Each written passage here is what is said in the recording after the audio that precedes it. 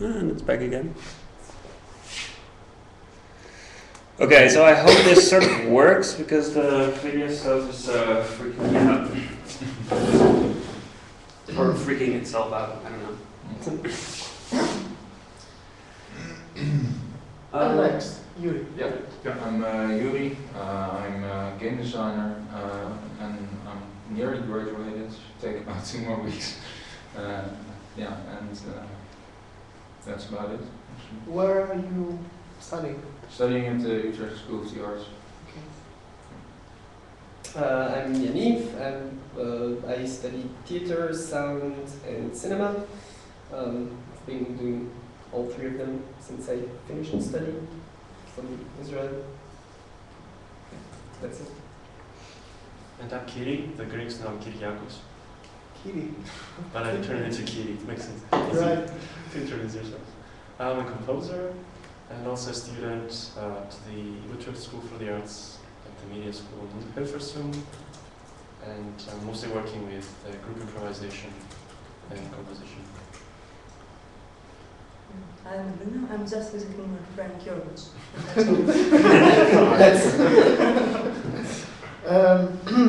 So yes, I'm Georgios or Yolos, and I've been around STEM for 3 years now, luckily, and yeah, I studied music technology, but now I'm just finishing my degree in economics, which is totally different from what I usually do. I got involved with mapping last year because we started developing a workshop here at STEM, and yeah, that's more or less about it. I think the funny thing is lately I see the idea of mapping being applied in really different topics and ideas and concepts. So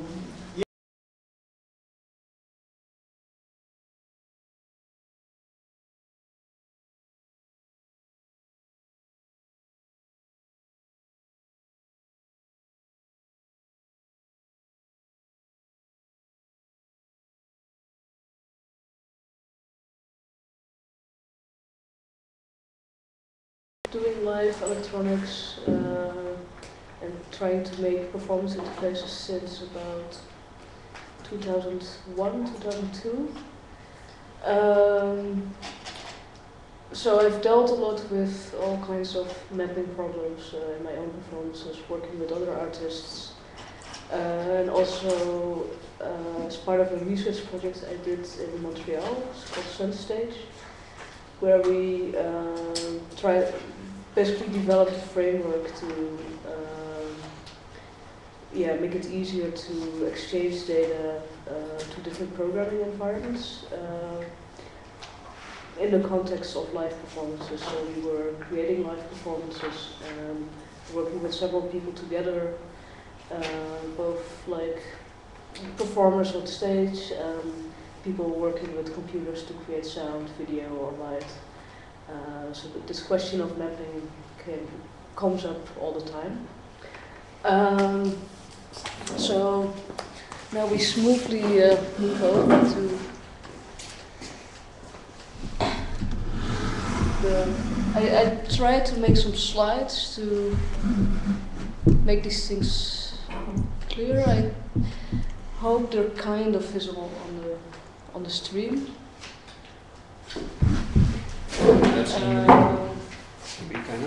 I'm actually thinking maybe I should quickly post them to Facebook or something. The slides. Oh yeah, you can do that. Oh, that's a good one.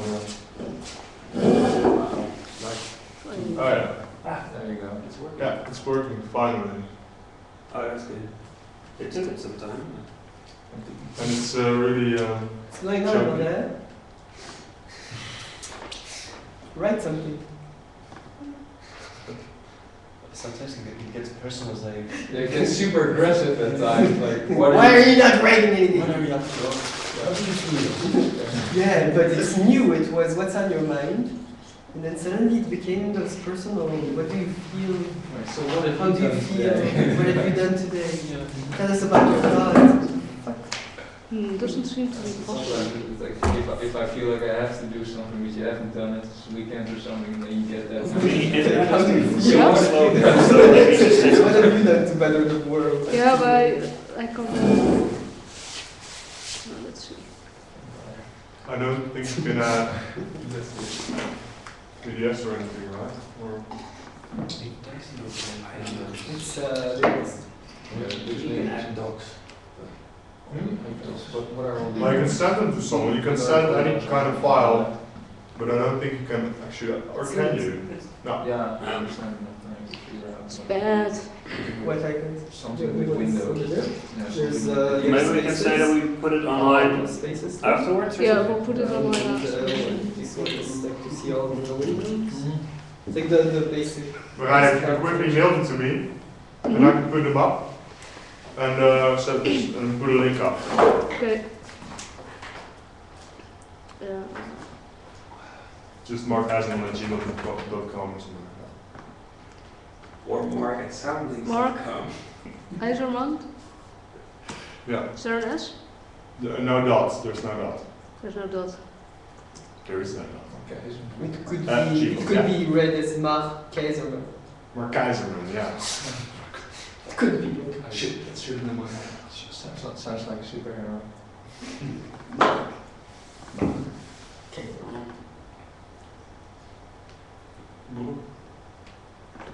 Eisenman is also Steel, right? Iron Man. Iron Man. Mark Iron Man. They actually made a movie about it. They did? Comics. Why isn't it sending? It's like Batman. Actually, my internet Batman also and is Iron Man. Flaky. It's like the symbols of capitalism. Symbols of capitalism. The symbols of if you have a lot of money, then you can be a superhero. No. But like a lot of money. Do we have online visitors? I mean, is someone really looking? Sometimes we have. What do you mean? There has been times that there were actually just as many people online Online as than- offline. Yeah. I mean, once boasted that we had like the entire planet Earth plus a few Martians here, but that wasn't really true. There was But a bit of actually, in wine this room, there involved. was also the entire Sorry, human Brian? race plus some Martians. Ik zie niet It's waarom around ik 7 people. deel. Oh, there are actually a few people that couldn't make it today due to the weather, and a few of those are supposed to be. Ik kan niet op mijn e-mailadres liggen, hè? Nou ja. anders- Ja, ik kan nu gaan wachten en zo. Nou, precies, vreemd, ja. Ja. Er reageert op niemand. Yeah, we'll see. Maybe some people pop up. Hopefully, they better download. They promised. Okay, so this is the rough overview. Mapping what, some of the steps to be taken in mapping, kind of looking at the kind of data that you are mapping and what you're mapping it to, and then mapping and implementation. This will all become clear. So I made this is the one diagram that's in the slides. On one hand you have like an environment with like a performer or multiple performers in there. There's also an audience in there. Sometimes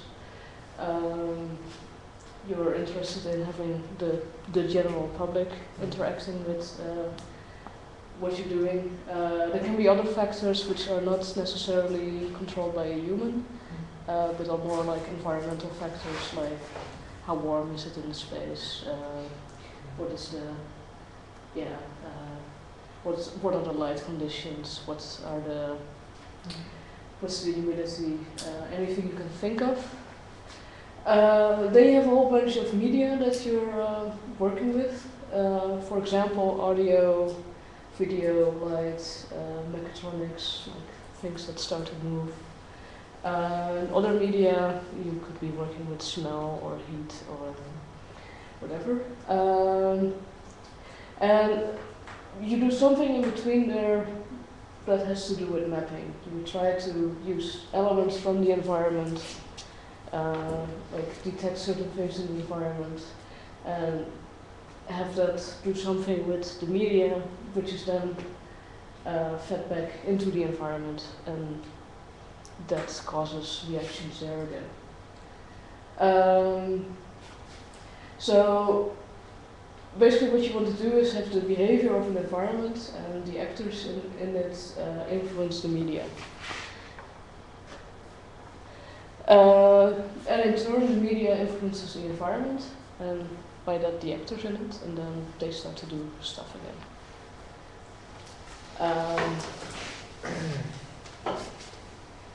So in a lot of the talk I'll be talking about kind of musical instruments, sort of, yeah, mostly on sound, but a lot of it is kind of applicable to other media as well. So in the case of acoustical instruments, there is of course also some kind of mapping going on. Because if you, for example, if you have a player playing a recorder, he causes wind by blowing into the device, uses the fingers to manipulate the device, and sound comes out. But the mapping is very much linked to the physical shape of the instrument. Yeah, it's really an acoustical thing. So yeah, there's nothing much, like once you have the device, you can change the way you manipulate it, but the properties are there. So it's basically the physical material properties determine the mapping between the gestures and the sonic output. Also, usually there's been quite a long development where various instrument builders like take an instrument and improve it and find new ways of creating it, create new variations on it. And basically improve the design. Like a guitar from like 5 centuries back looks quite different from an acoustical guitar that we have nowadays. Then there's also something to note that there's also a lot of other, like in musical instruments, there's also other cultural factors which have affected the development, or like even though something was really a great idea in terms of an instrument, the instrument might have been too soft acoustically and not fit to the music that was asked for at the time. Yeah, so there are these other factors which don't necessarily have to do with the instrument or whether or not it's a good instrument, but more with the fashion today. Then there's also something about like the learning curve of an instrument. What you see with acoustical instruments, like some of them are damn hard to play. Sometimes it takes a few years before you can actually get a decent note out of it. Others are much easier, you just hit a key and some sound comes out, so that's great. And there it's also a very tricky thing between should it be easy to learn or not. Sometimes if it's hard to learn, it's more of an achievement, so it might have some additional stages if you can actually do it. So it has to be somewhere between like not too easy but also not too hard. And it has to stay interesting once you've mastered the basics. Like,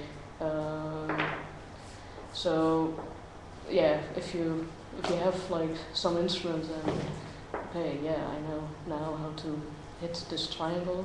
Well, not to insult any triangle players,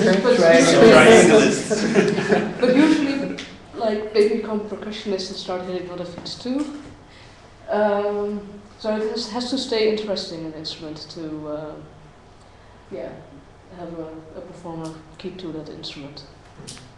So you have to be able to like find, I don't know, new ways of playing it, or become better and better at playing it. Okay, so that's a few things that we have from acoustical instruments that we kind of know, but don't always really know, because it's a very long development. Then, since about a century, we started making electronic instruments. And there's kind of an arbitrary factor in the design, because it's no longer like the material properties that determine what the sonic output is, but you have a kind of freedom in determining how a certain gesture creates a sound. And this is one of my main statements. It's arbitrary but not trivial. That's why it's in red. That's your point. But there are some common techniques in mapping. But getting like a good mapping that works, that's also a complicated term, what works. It's usually a very personal process. And often what you see is that the lines between composer, instrument designer and performer start blurring. And personally I don't think that's a bad thing. But it's for some people it does cause some problems to get this but then because it moves away from this sort of model that became tradition where you have a composer who's sort of working on an abstract level with notes and notation, and then you have an instrument builder who just sits in his workplace and just builds instruments, and then you have a performer that just has to do what the damn notes say. But these things, these lines, start to blur, and also, just like you have generally with electronic music, the question of notation also starts to disappear or becomes different.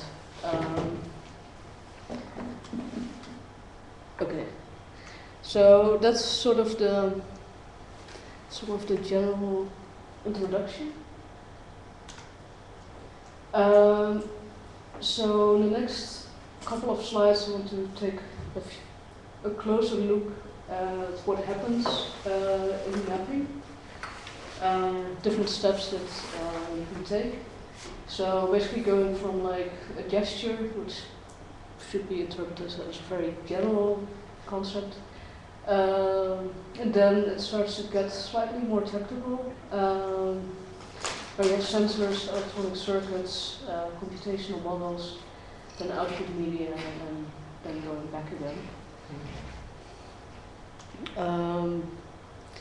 So a couple of questions when you start working on making an instrument. It's what kind of gestures are involved in the performance? And I think that will also be a lot what this workshop that George will sort of confront us with.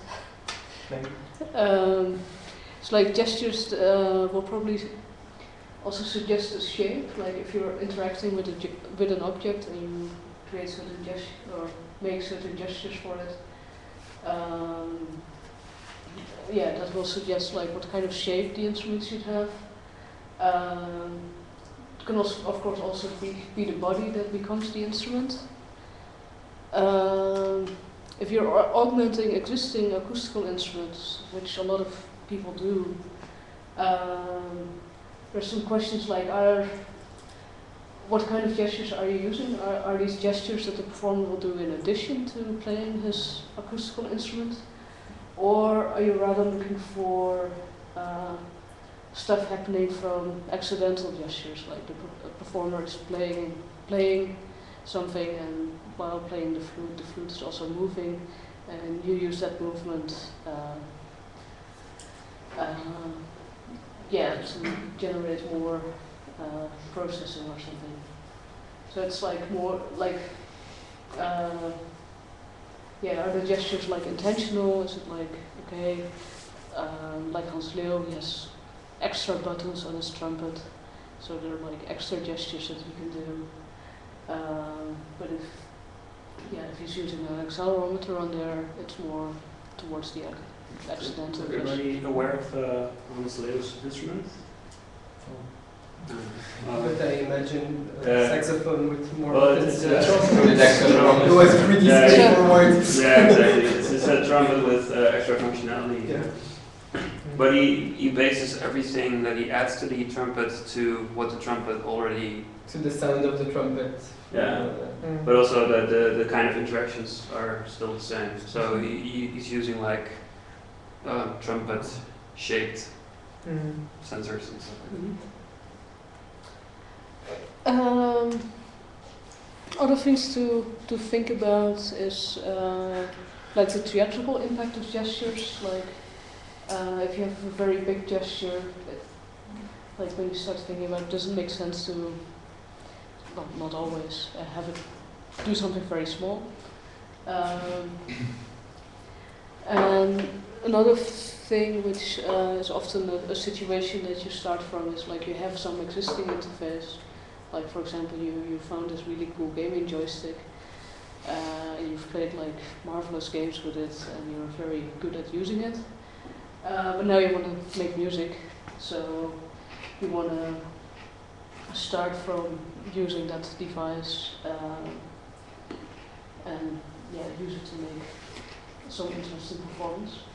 So in that case, you start from an existing shape and look for the kind of gestures you can make with that. Whereas, in another case, you just start thinking wildly, not thinking about any kind of technology yet, but just start to imagine, okay, I want to do something like this. I think we'll address that later too. Kind of. Can I ask just one question about last slide? Why is it called accidental gestures? Because they're not really accidental. Yeah, well, maybe for lack of a better. Not deliberate. Yeah, non-deliberate. Okay. Well, it's more like intentional. yeah. It's more like gesture. Well, they were gestures which were already there, right? It's like you're not adding any. Well, it's kind of less conscious in that you're making them. You're not expecting it. Like you're just playing the instrument as it was, and whatever that gesture is mapped to Yeah. something else. It's like an artifact from playing the instrument. It's not a deliberate thing, and how done, but it just comes out. It's a natural. Okay. Yeah. Yeah. Left It over. will surprise you. You won't know But exactly yeah, I what's mean, coming out. accidental is not the best word. Okay, so very generally, sensors then transform these gestures into electrical signals. And yeah, I mean, the way they do that is different per kind of thing you're measuring. But clever use of certain sensors that are commonly available allow you to detect very complicated gestures or quite different gestures than you might expect at first.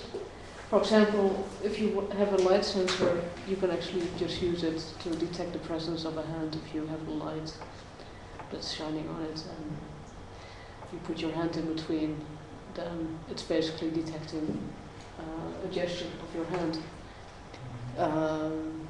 And it could even detect how fast you move the hand. Like if you do it like this, the sensor will be covered longer. If you do it like this, it will be a very quick change.